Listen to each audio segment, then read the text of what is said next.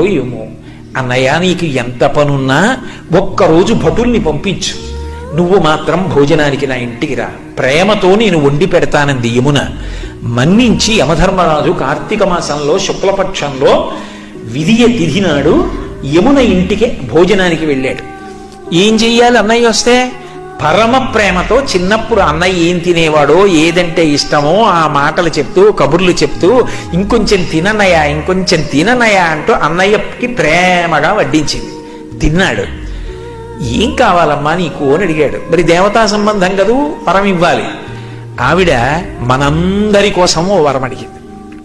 అన్నయ్య ఇది జ్ఞాపకం పెట్టుకుని ఈ తిథి నాడు ఏ అన్నయ్యని ఏ తమ్ముణ్ణైనా సరే ఏ అక్క అయినా ఏ చెల్లైనా ఇంటికి పిలిచి అన్నం పెడితే ఆ అన్నం తిన్నందుకు ఆ అన్నకి కానీ తమ్ముడికి కానీ అపమృత్యు దోషం లేకుండా